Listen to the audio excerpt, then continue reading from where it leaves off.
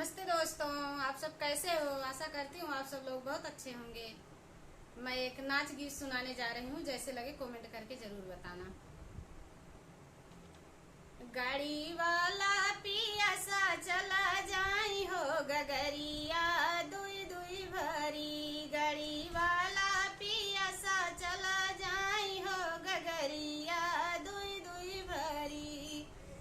सास नहीं घर में, ससुर नहीं घर में, सास नहीं घर में, ससुर नहीं घर में।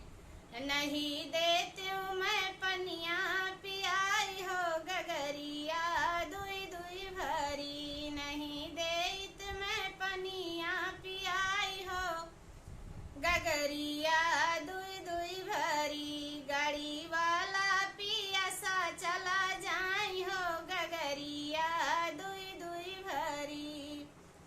जेठ नहीं घर में, जेठान नहीं घर में, जेठ नहीं घर में, जेठान नहीं घर में।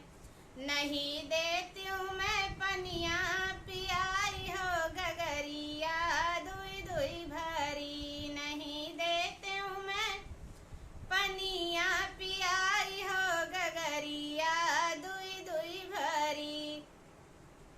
गाड़ी वाला पिया सा चला जाई हो गगरिया दुई दुई भरी। गाड़ी वाला पिया सा चला जाई हो गगरिया दुई दुई भरी।